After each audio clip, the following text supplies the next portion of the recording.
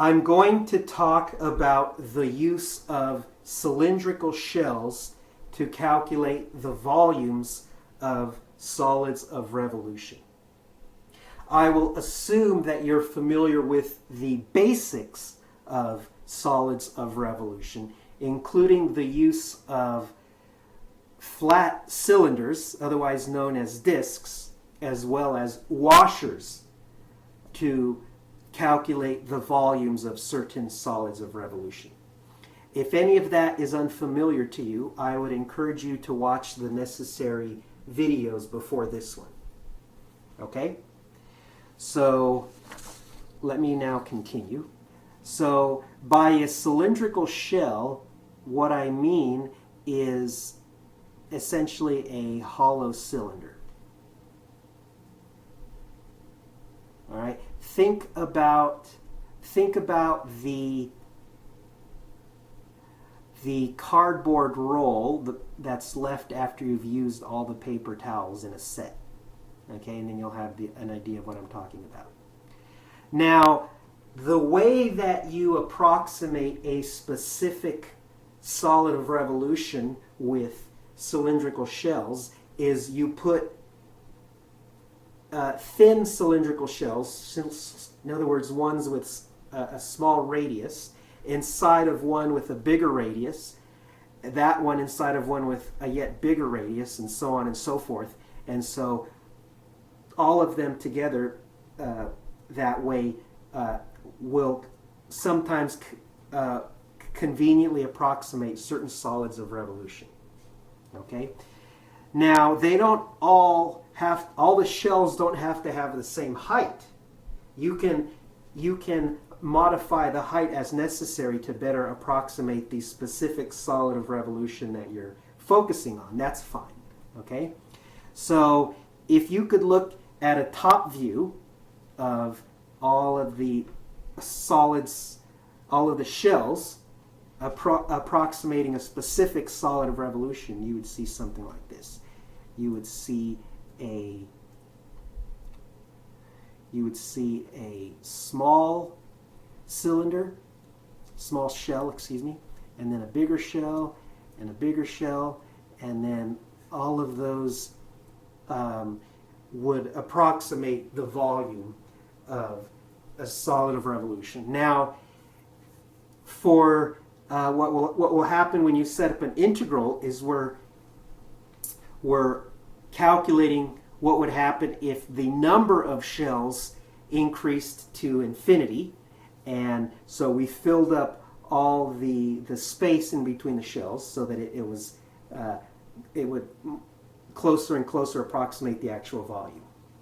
All right, so let me now derive the formula for the volume of a cylindrical shell. Give me a moment to make a picture.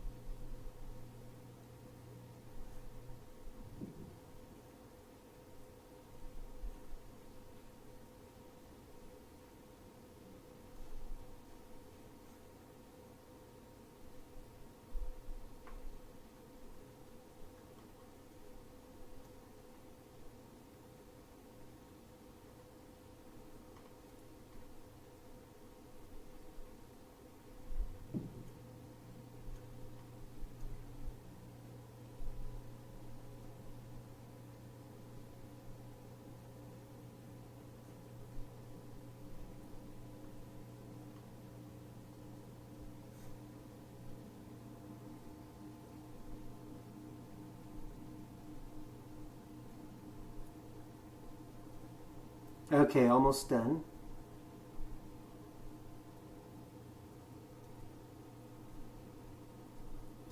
So I've drawn a picture of a cylindrical shell with height h and outer radius r plus delta r for some delta r, and inner radius r. So the volume of that cylindrical shell is pi r plus delta r squared times h. That would be the volume of a solid cylinder with a radius equal to the outer radius. And but for the shell, I'm going to subtract the volume of the hole. So I'm going to subtract pi r squared h. That is an expression equal to the volume of the cylindrical shell. So now let me simplify that expression. First, I'm going to factor out the pi h. Then I'm going to expand the r plus delta r squared.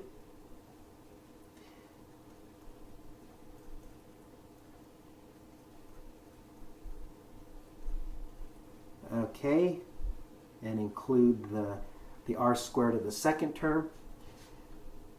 Now I'm going to cancel the r squared and the minus r squared. So that leaves me with pi h times 2r delta r plus delta r squared. All right, so let's be clear. When we set up integrals, we are going to be using cylindrical shells with extremely small delta r's. Okay, in fact, in the limit for the integral, with respect to the integral, we will take the limit as delta r goes to 0. So it should be clear that the delta r squared term will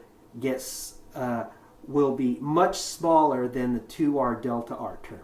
And in the limit, we will be able to ignore the delta r squared term entirely. Okay?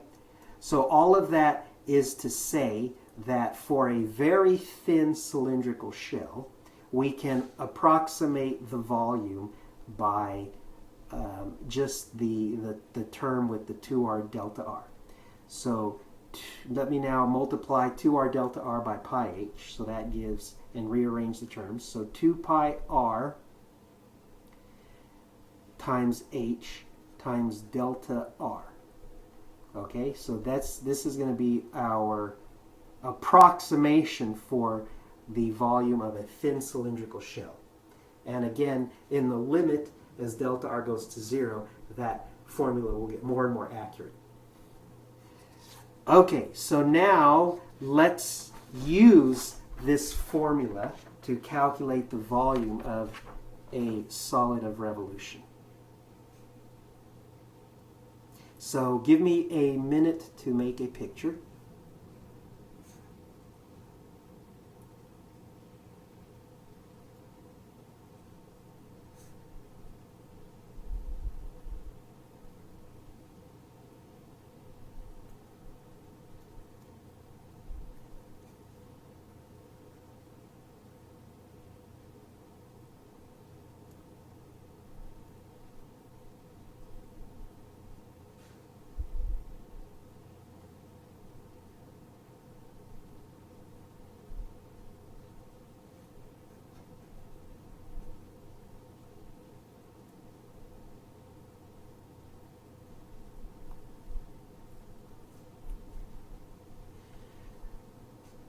All right, so I've plotted a portion of the graph of the function y equals the cube root of x.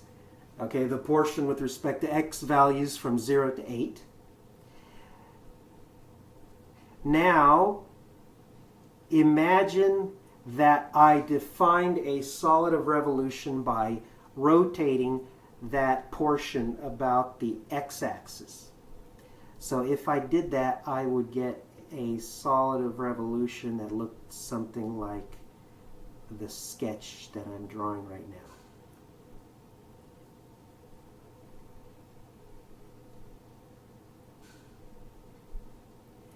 Now, we could calculate this volume by dividing it up into cylinders, thin cylinders, or discs.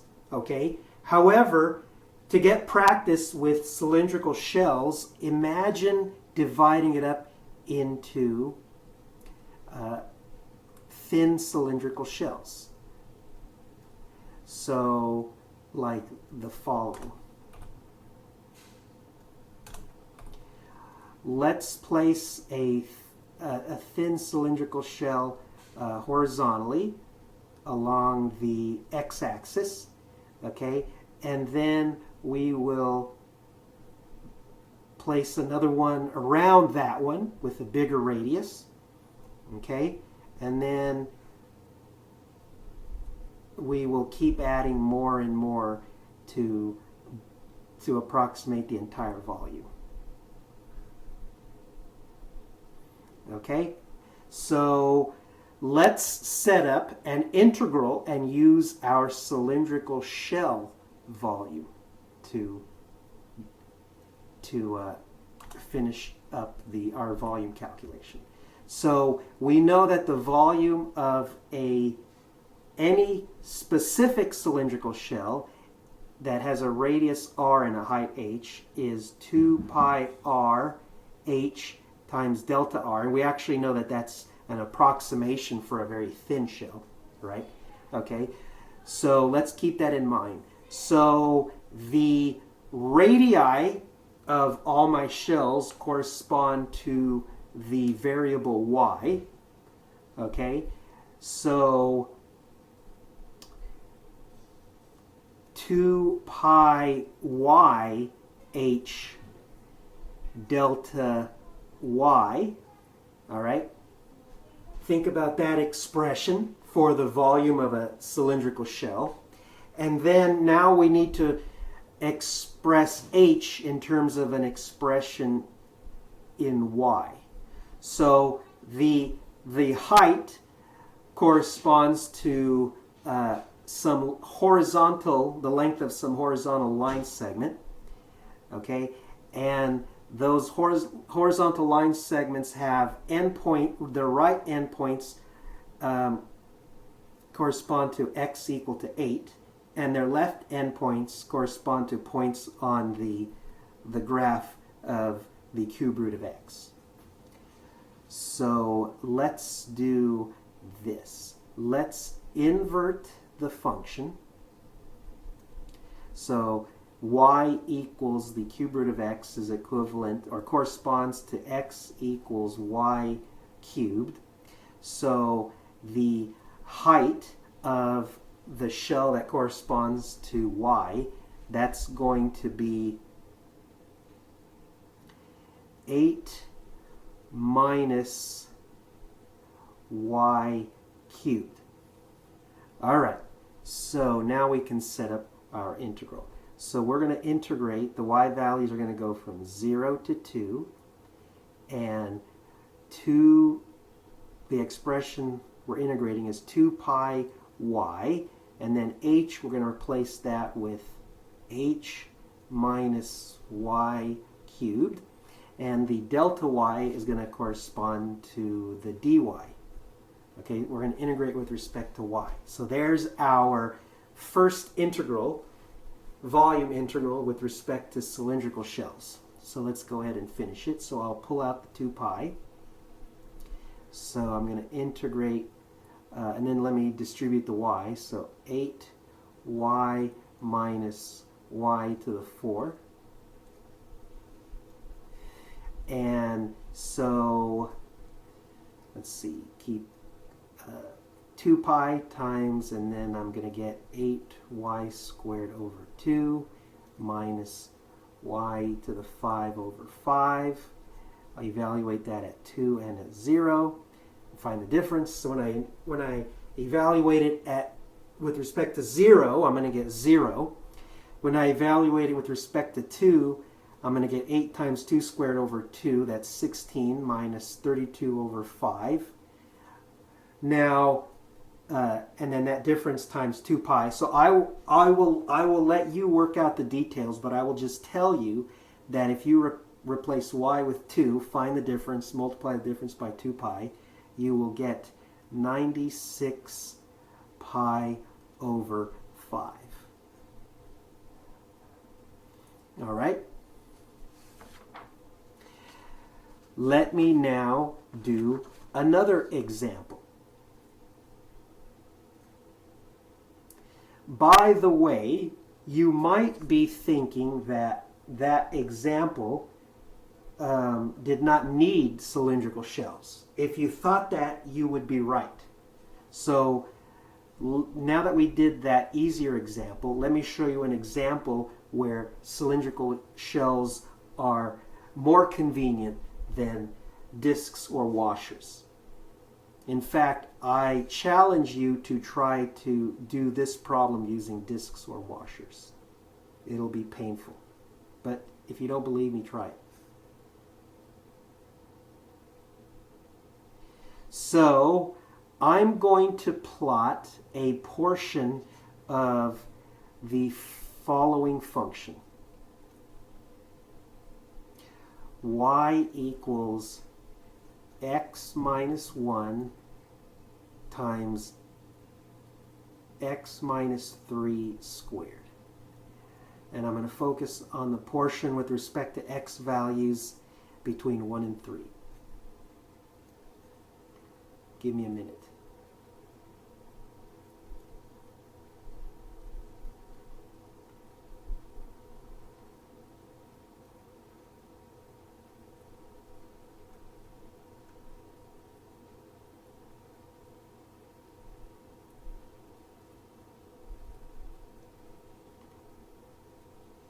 All right, so the portion between 1 and 3 looks something like this.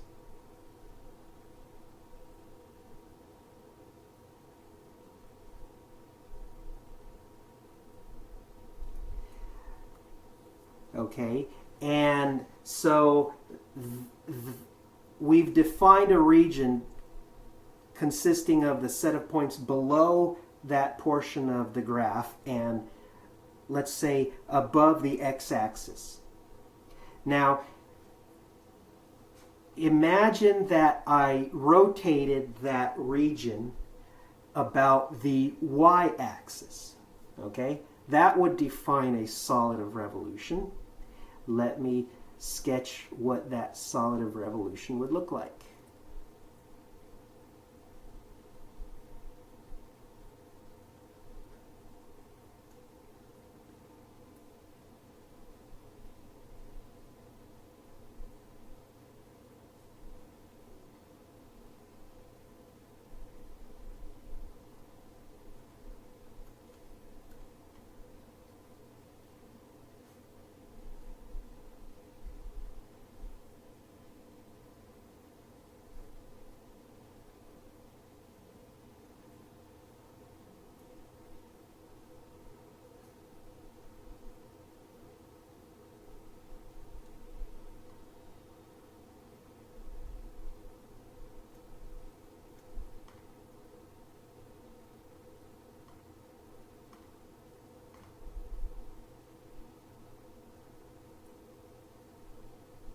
Okay, by the way, if you're wondering why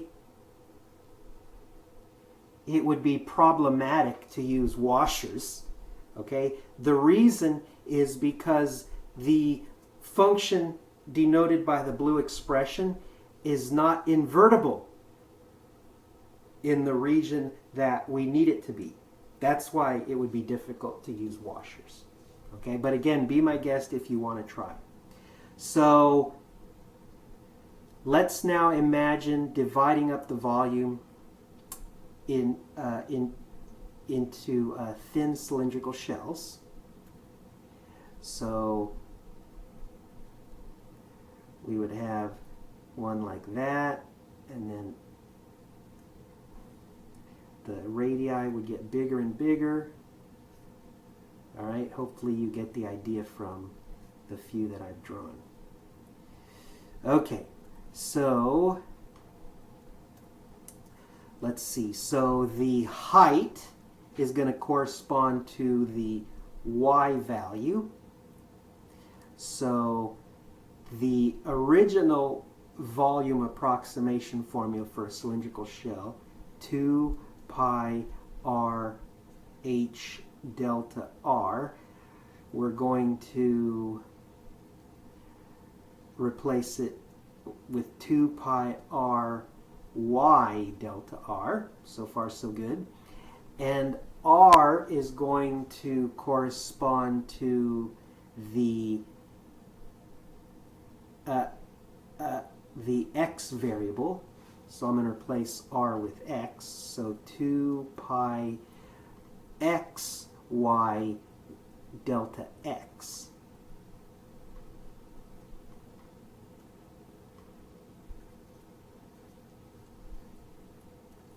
And then finally, I'm going to replace the variable y with the expression that's equal to the function. So let's integrate from 1 to 3 with respect to x, the expression 2 pi x times x minus 1 times x minus 3 squared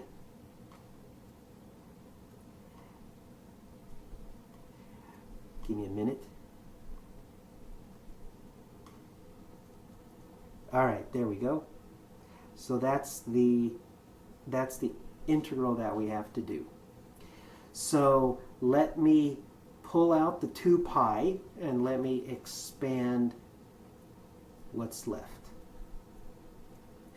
So x times x minus 1, that gives x squared minus x. X minus 3 squared, that gives x squared minus 6x plus 9. Okay?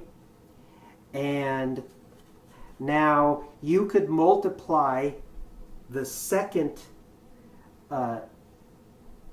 piece, the x squared minus 6x plus 9. You could multiply that by, in fact, let me go ahead and work it out for you. And let me work it out on the bottom left. So let me multiply it by the x squared minus 6x plus 9. Let me multiply that by x squared. So that will give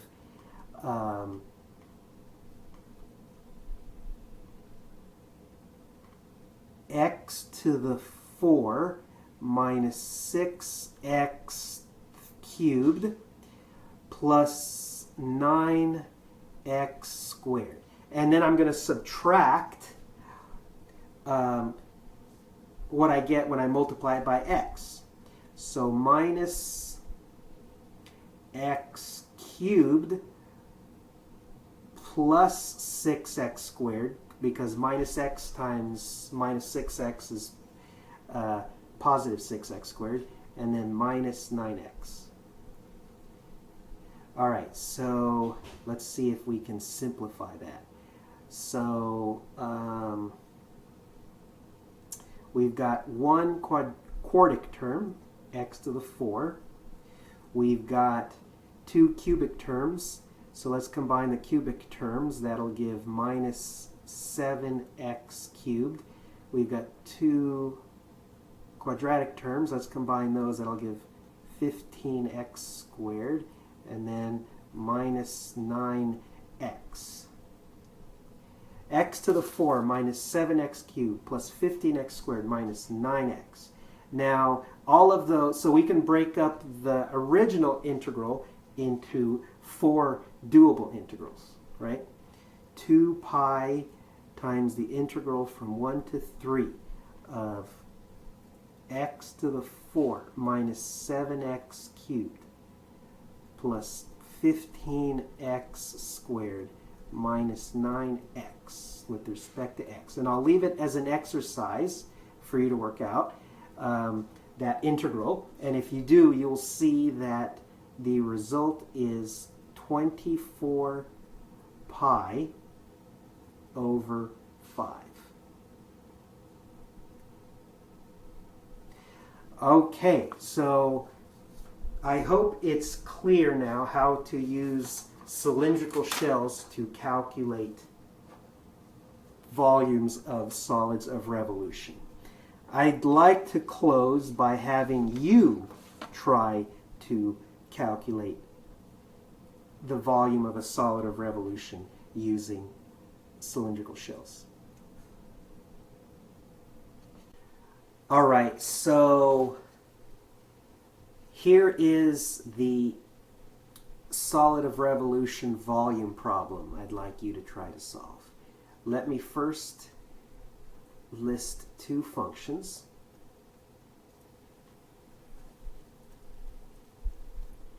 And those two functions are going to define a region with respect to the set of points between the plots of those two functions. And I'd like you to try to answer the following question. What is the volume of the solid of revolution created by rotating the region between the plots of the given functions about the x equal to 6 line? What is the volume of the solid of revolution created by rotating the region between the plots of the given functions about the x equal to 6 line? Now, there will be one integral that you may run up against that you may have problems with. So let me just give you a hint.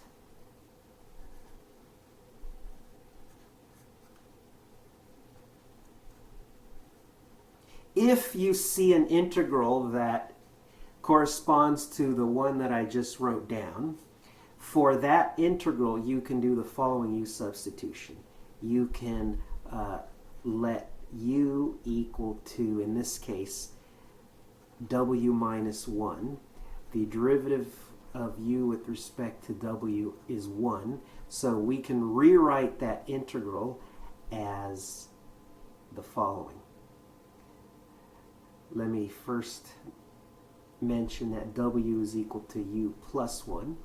So that integral is equivalent to the integral of u plus 1 times u to the 1/2 with respect to u. Okay? So with that hint, now pause the video and try to answer this question if you like.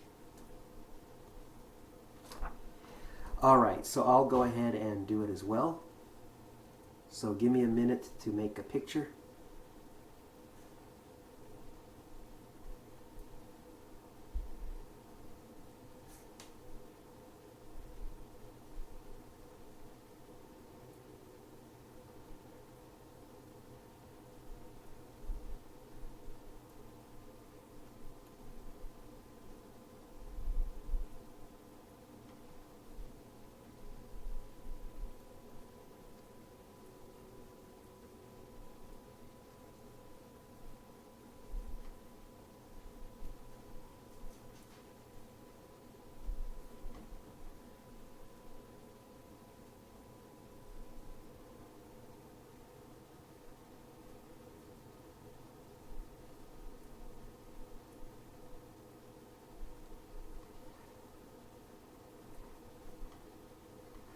So I'm going to plot just a piece of the x minus 1 function.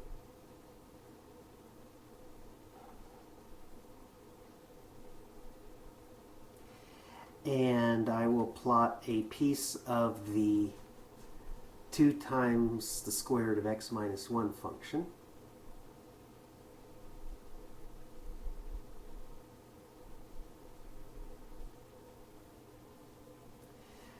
To see where the two functions, where the plots intersect, let's set the two expressions equal to each other.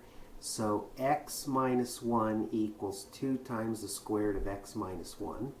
Now I'll square both sides. X squared minus 2x plus 1 equals 4 times x minus 1.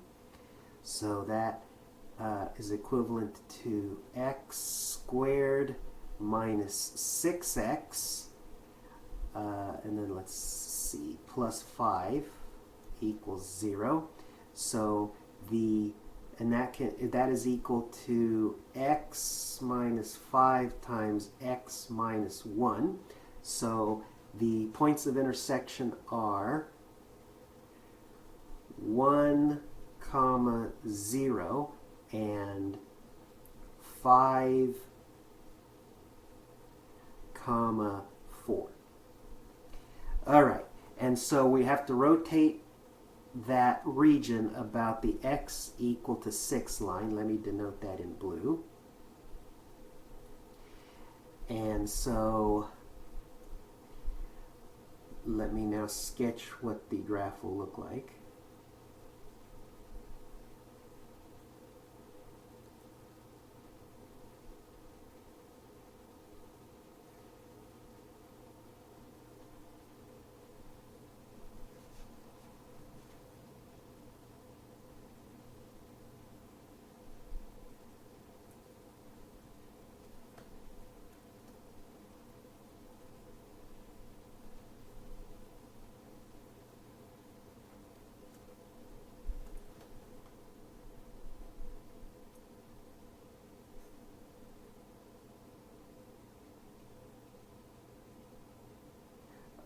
All right, so now to calculate the volume of that solid of revolution, we will imagine dividing it up into cylindrical shells.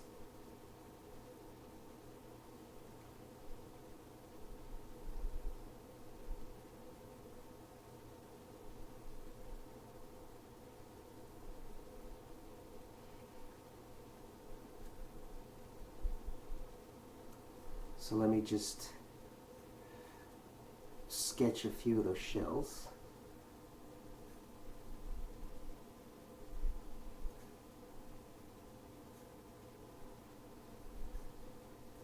Okay, and so let me write down the volume formula for a single shell again to remind us. 2 pi r h delta r. For these shells, the r corresponds to an expression with respect to x. Let's see, 6 minus x. That's the outer, actually, let's use the inner radius. Yes, let's use the x minus 1 to get the radius of the shell rather than the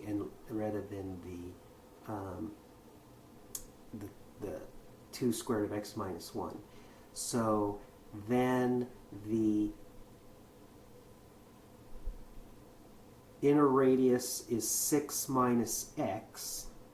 So 2 pi times 6 minus x times h times delta x. And now let's rewrite h in terms of x. So the height is going to be the difference in the y values, the difference in the function values.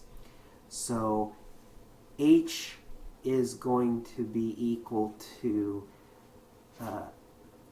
2 times the square root of h minus 1 minus x minus 1. Putting it all together, we have the integral from 1 to 5 of 2 pi times 6 minus x times 2 times the square root of x minus 1 minus the quantity x minus 1, and that integral is with respect to x. Okay, so that will give us the following equivalent integral. The integral from 1 to 5, let me take out the 2 pi. So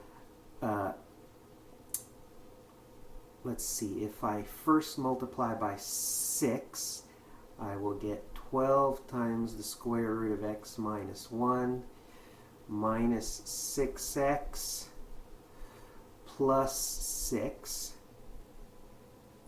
And then if I multiply by minus x, I'll get minus 2x times the square root of x minus 1. And then plus x squared minus x. Okay, so you can take the necessary intermediate steps if necessary to convince yourself that indeed that is correct. Okay, now let's simplify. So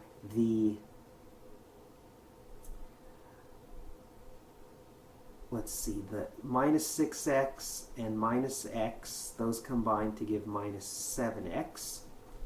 And the rest, or all the pieces now, are doable, except for maybe the piece that has minus 2x times the square root of x minus 1. Let me just tell you what the answer is. If you did all the other pieces, including that one, it would be 272 pi over 15. Okay? Now, in order to get 272 pi over 15, you're going to have to do an integral involving a form similar to the one that I showed you there with the w's. And when you do the u substitution, that new integral is going to be doable because you can break it up as follows. You can break it up as the integral of u to the 3/2 with respect to u by multiplying the u by u to the 1/2 plus, and then multiply the u to the 1/2 by 1, you get u to the 1/2 du. All right, so work all those little integrals out, add the results together, and you'll see that indeed that is the correct answer.